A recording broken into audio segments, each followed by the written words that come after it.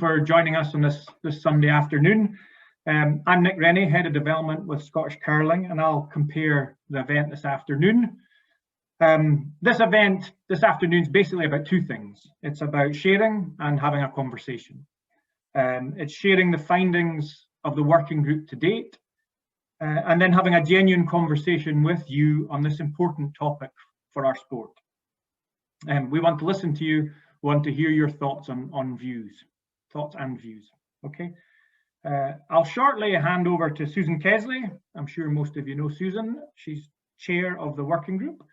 But before I do, I'd like to introduce other members of the working group who are with us this afternoon. So we have Mary Milne, Stu Sutherland, Gina Aitken, Kyle Waddle, Keith Prentice, Liz Burton-King, and Nigel Hall. We'll also, luckily enough, to have Dave Murdoch, British Curling head coach, who will give us an insight into elite curling. And from Scottish Curling, we have Bruce Crawford, Fiona Harfield, and Scott Andrews, who will be helping out. Okay, so the structure, we'll start off with the sharing bit. We'll share our findings from the working group. Now, some of that information has been circulated already, just to give you a chance to have a read at your leisure. Then we'll open it up to questions from the group, from the floor. Before, a wee bit of feedback there. Before we go into breakout groups, so we've set up some breakout groups because we thought it'd be more conducive to getting a good discussion, a good chat with you all. But just before we go into the breakout groups, we'll open it up and see if anyone's got any questions. After the breakout groups, probably about 15 minutes in the breakout groups. After that, we'll come back in and share some of the feedback from the breakout groups, and then Susan will wrap up and clarify the next steps. Okay. Just some housekeeping. As we've seen there, if you can keep your mics muted, please. It helps cut out any background noise if your dog's barking or kids are screaming or fighting in the background. That would be good. When we come to the question part, if you've got a question to ask, if you go into your menu and you can select to raise your virtual hand, that's the best way for us to find you, and then we'll invite you to ask a question. So you'd unmute at that stage and ask a question. If you can't find that option to raise your hand, just physically raise your hand, and we'll hopefully find you as well. So look to do that. Hopefully a number of people will have some questions. And then the last point, it's a very important topic for our sport. It is quite emotive. And as you will, just please respect other people's views. Okay, that's enough for me just now. I'll hand over to Susan. Hi everyone, welcome to our final member consultation on selection, and thank you for coming along and taking an interest. So by selection, we mean the method by which we choose Scotland's teams to go to the World Championships. This applies to men's, women's and mixed doubles. This is a very emotive and contentious topic. It is very head versus heart. A little history. Last season, the board made the very difficult decision to select our teams for world representation. This had been a very long, drawn-out process. It was very emotive and the debate was thorough. In the end, the board felt that after considering all the evidence, the argument for selection was compelling. This resulted in a motion against the decision at the AGM. While the motion to overturn was unsuccessful, the board acknowledged the strength of feeling within the membership, and Chairman Graham Lindsay undertook to review the situation. The board committed to engage and consult with our members. The selection working group was formed. Our remit is to explore all the issues, consult with members and athletes, and report our findings back to the board. We consist of 2 Scottish curling directors, 1 British curling representative, 1 member of staff, 2 elite athletes, and 4 other members of Scottish curling. All are very interested volunteers and have worked tirelessly, listened to contributors and debated the subject at length. The presentation you're about to see is the result of evidence we have heard and our very full discussions.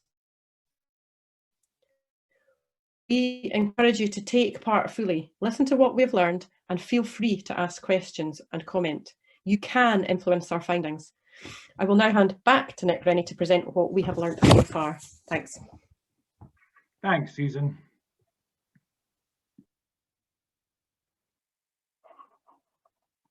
I was joking earlier on about some challenges on moving to the next slide. There we go. It seems to be happening earlier today. Anyway, so thanks, Susan. So the selection working group, Susan gave you the overview there. We circulated these slides in advance. It's basically the terms of reference of the selection working group. So I wasn't going to go over this at detail. And then there's the names of everyone on the working group, which we thought was a balanced and representational mix across our sport. Okay.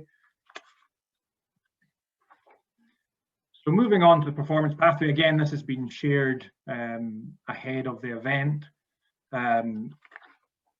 The performance pathway for this season, so we have up to 92 athletes on that performance pathway.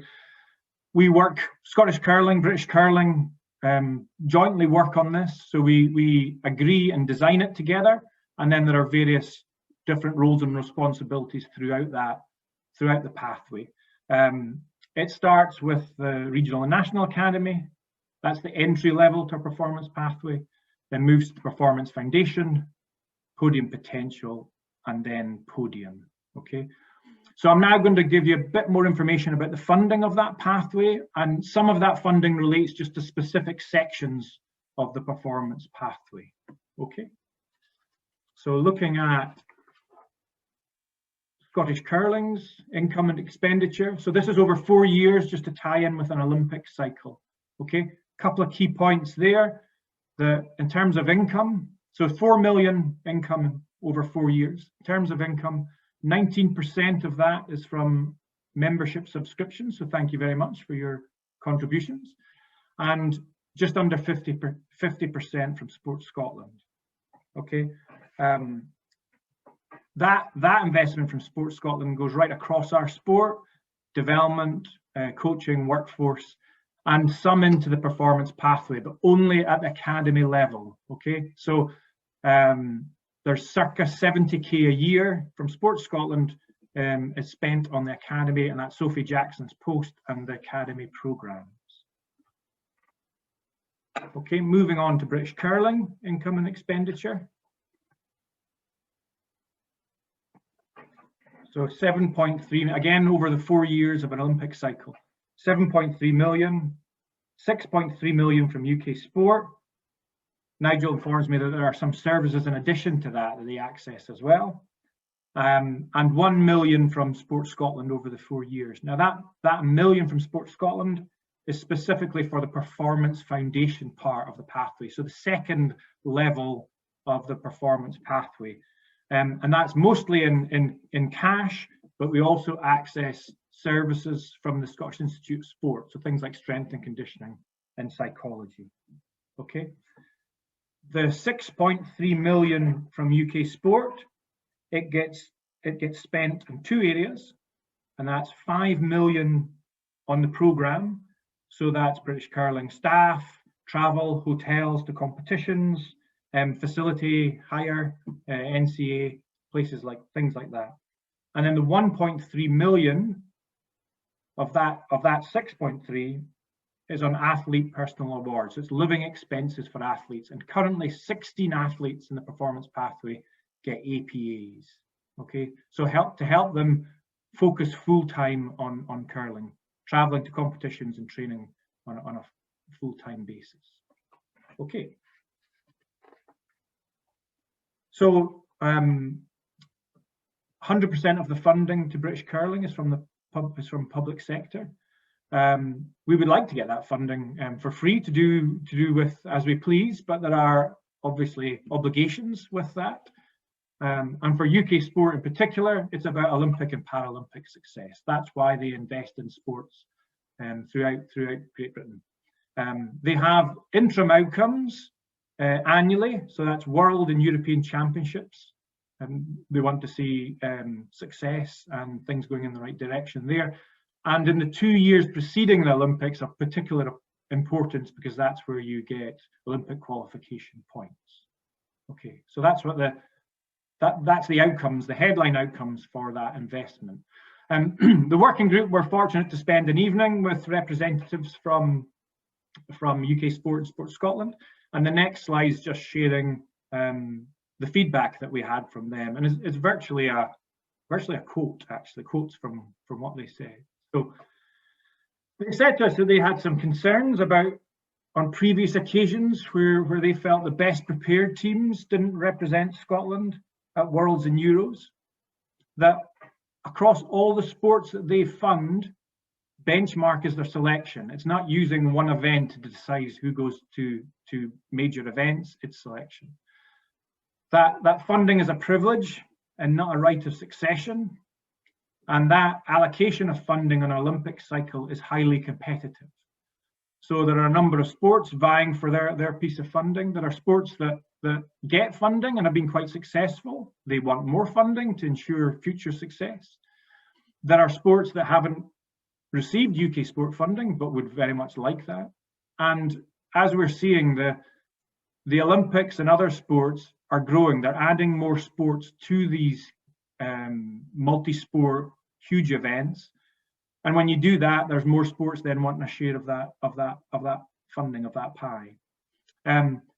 It's also right to say that during this COVID time, public sector funding is being hit pretty hard. And for the foreseeable future, that's going to have an impact on allocations of the public purse, and it leads to being even more competitive, we think, going forward. They said to us, really, why should they invest if there's a chance that the best prepared and strongest teams might not go?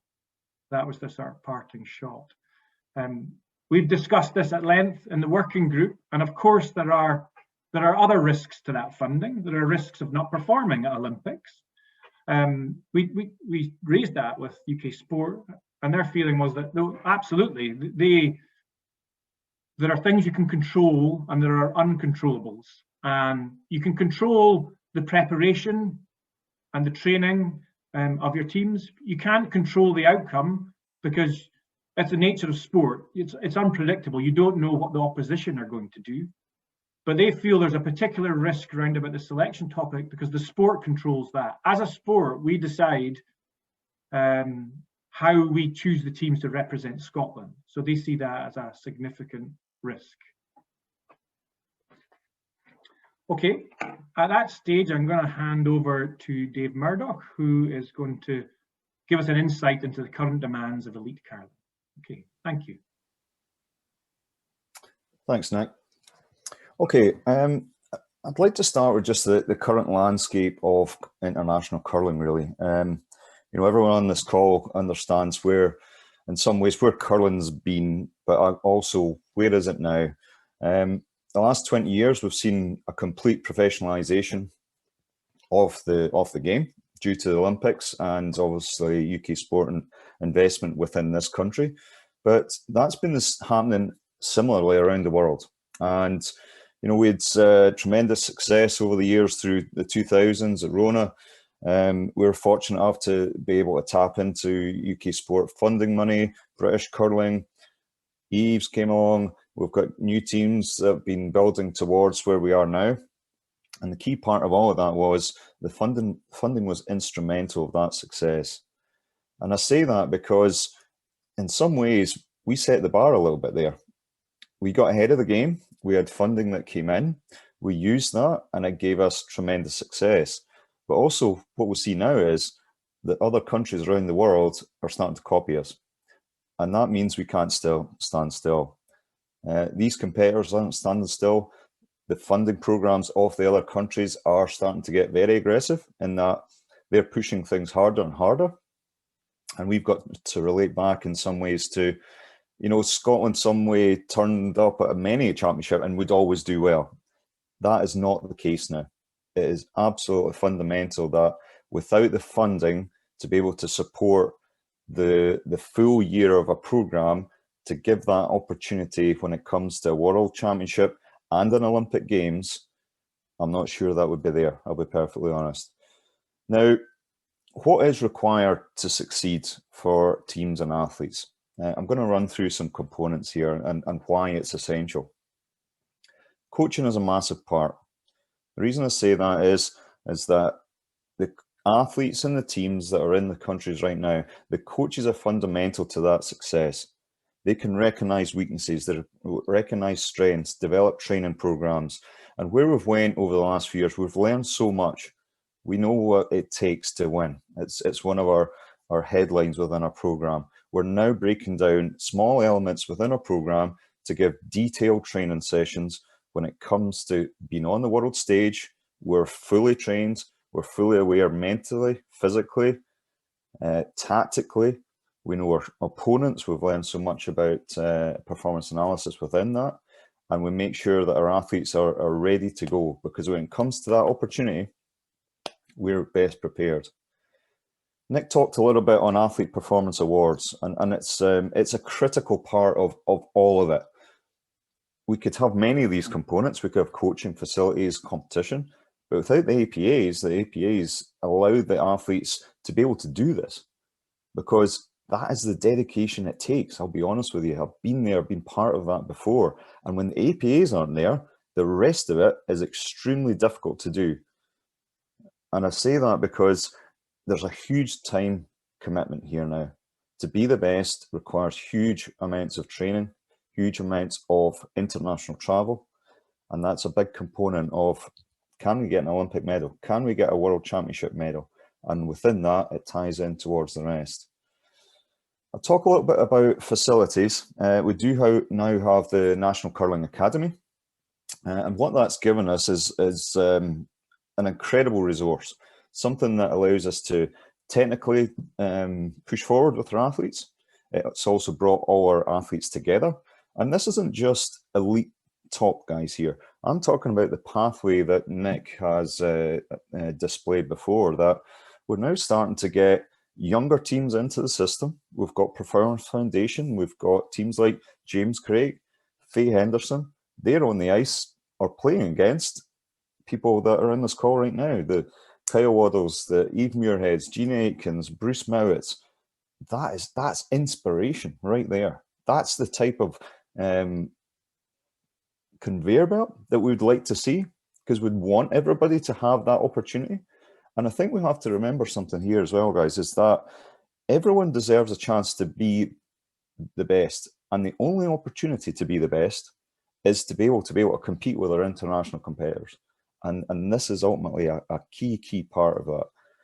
Not only is the Performance Foundation able to be part of that, be on the ice, but we are, unfortunately just now, because of COVID, we can't, but the academy teams are going to be in that building. How inspiring is that? That's absolutely amazing to see youngsters being in the same building. We'll be able to drip feed some of that knowledge that's up in the coaching front from the top coaches, filtering that down into the performance coaches and ultimately into the academy. And Sophie Jackson's got a great opportunity with that now to distribute that and bring that knowledge around the country. And it's vitally important that British curling, Scottish curling can do anything to help facilitate that down. And that's key part of this funding as well. I'll talk a little bit about competition here. I have mentioned travel. Now, the international calendar is getting long. It used to be a very short season. It's now getting a very long season. But our top teams need to be playing a lot of international competition. We would also like to bring more to the UK, to Scotland. And you'll see with some of our competitions recently, we're gaining a little bit of traction with that, with trying to get it on TV, and we'd certainly like more of that, so there's more Scottish teams can access international flavour, and we'd love to bring more international flavour back to Scotland. But on top of that, they do need to be playing the Grand Slams in Canada. They do need to be flying to Switzerland, because without that experience at the top level and gaining that knowledge of our opponents and practicing under pressure, being in arenas in front of a crowd, in front of TV, that's a vital component of having success. A little bit more here on sports science. We've got an incredible relationship really with Sports Scotland and the services that they provide. through strength and conditioning, through performance analysis, psychology, nutrition. It's a big package, and it's a vital package, because it's those small components that's given our athletes, again, a platform for success. And without all of that, there would be something missing. So it's a huge part of what we do. Thanks, Nick. I'll just jump on to the next one. Hopefully that computer's moving. It's been a while since it's stuck. Okay, yeah, I've talked a little bit about the global competition, and it is getting higher and higher and higher. Just to touch a little bit more on the difference between hitting a medal and being 6th or 8th is now very, very small. You're talking about 2 or 3%, and it's that 2 or 3% that can be the difference. That's a fine margin. Now, we've talked a little bit around the teams within the program. Now, the teams out with the program, is that possible? Is it possible to get up there? Now, it used to be. I'll be perfectly honest, I'll lay it on the line. I don't think it is now, because the amount of money and time required to do that is getting very, very significant. And I think for me to see that, you need to be able to understand that every team that we're up against just now is doing all the things that we talked about in terms of full-time training, full access to services, and training around the world.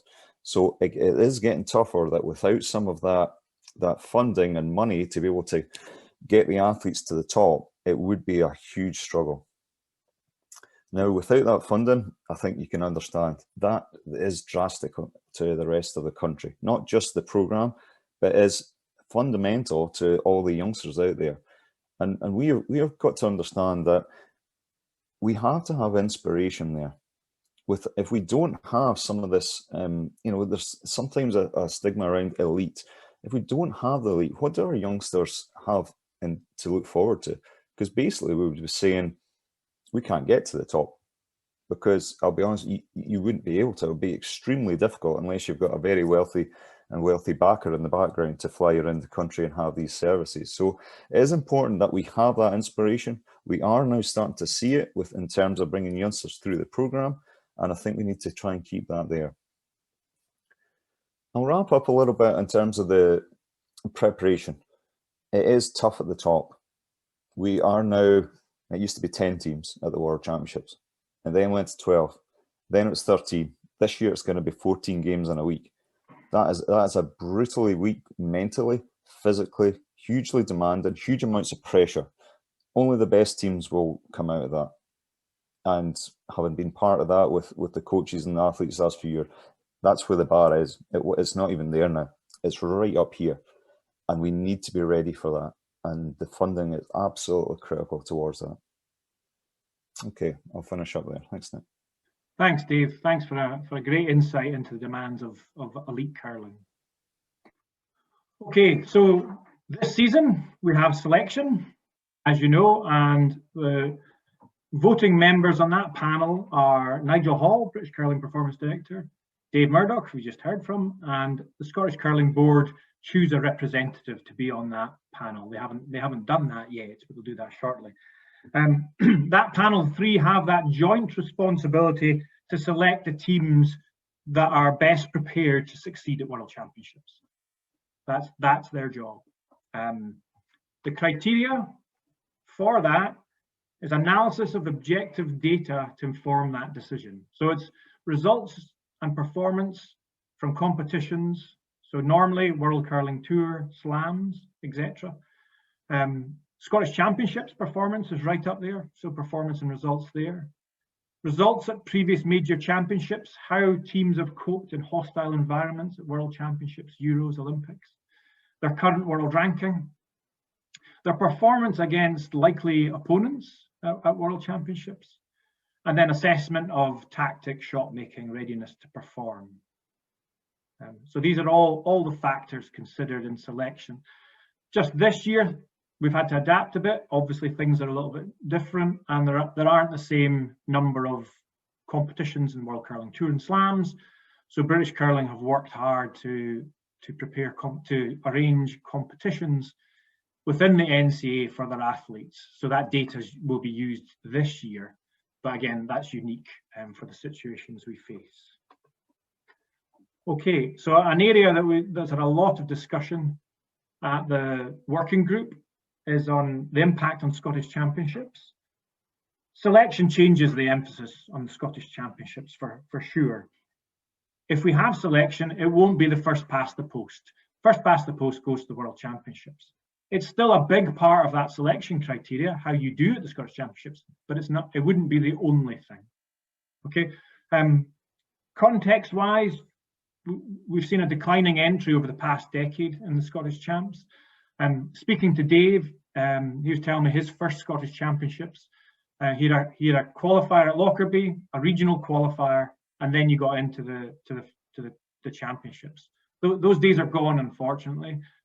Maybe it's through the advent of funded teams and an elite program, but there's not so many people entering these days. British Curling insist that it's a priority event for all their athletes. It's key in the selection criteria, and all their supported teams will play in the Scottish Championships. And playing for the right to be Scottish champions must remain significant and sought after. It's our flagship event to be that Scottish champion. British Curling have committed that if the winners of the Scottish Championships, if we have selection, and the winners are not a British Curling funded team, they would get the opportunity for an expenses covered trip to a foreign competition.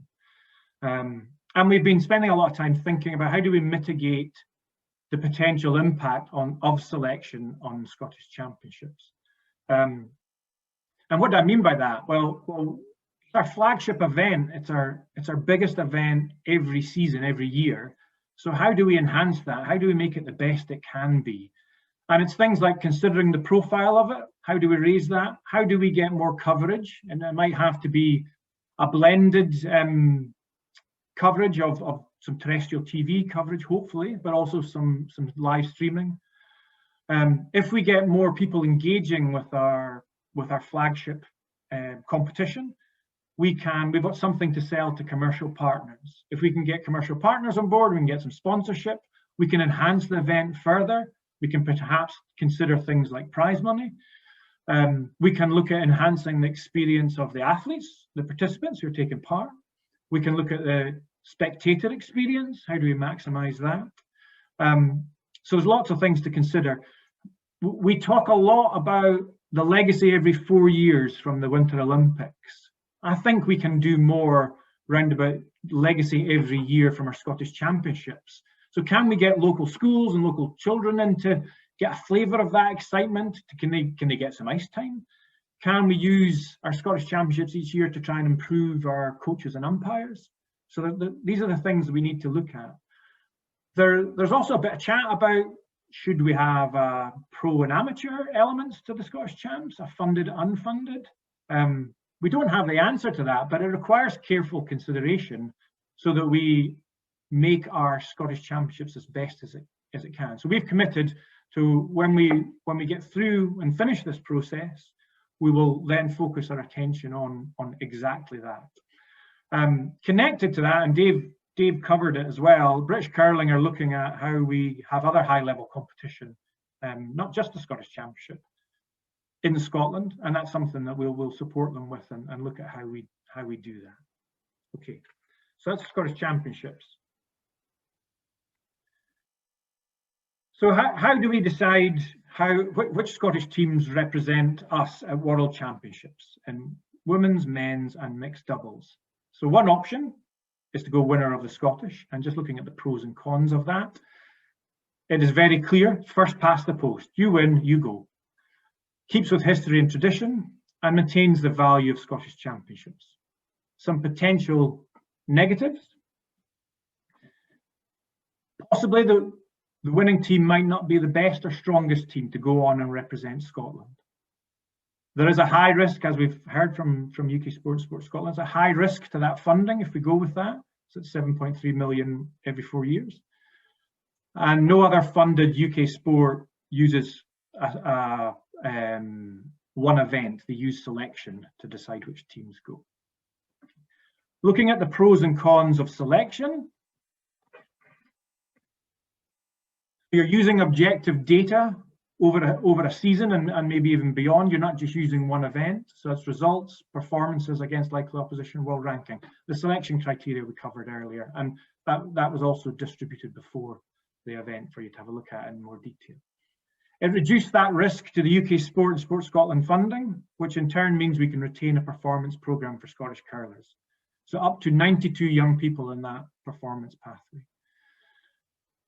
This might not happen, but selection opens up the opportunity where, for example, year one of a 4-year Olympic cycle, you might decide to send a team to get some experience. There's an opportunity to do that, so they might go and gain some experience, which would hold them and give them, a great insight into the pressures of the World Championship, ahead of maybe being the #1 team in 4 or 8 years. So that gives you the option. Whether that's chosen is another thing, but it certainly opens it up. The negatives, it's not as easily understood. There's a process that has to go through. It breaks with that tradition. As I mentioned, it changes the emphasis on the Scottish Championships. And there's a perception of a disadvantage to non-funded athletes with selection. Okay, so we've debated these two options a lot. We've also looked at some hybrids. So what other things can we do?